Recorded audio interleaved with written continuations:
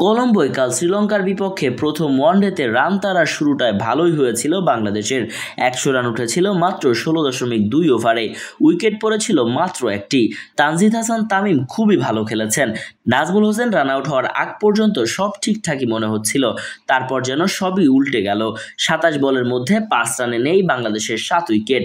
100 রানে 1 উইকেট থেকে দেখতে না দেখতেই বাংলাদেশ চলে গেল 105 রানে 8 উইকেট।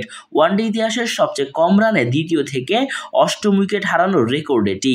তবে ইনিংসের যে কোনো পর্যায়ে সবচেয়ে কম রানের মধ্যে 7 উইকেট হারানোর রেকর্ড এটি নয়।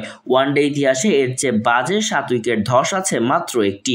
2008 সালে হারারেতে শ্রীলঙ্কার বিপক্ষে জিম্বাবুয়ে 124 রানে 3 উইকেট থেকে অল আউট হয়েছিল 127 রানে।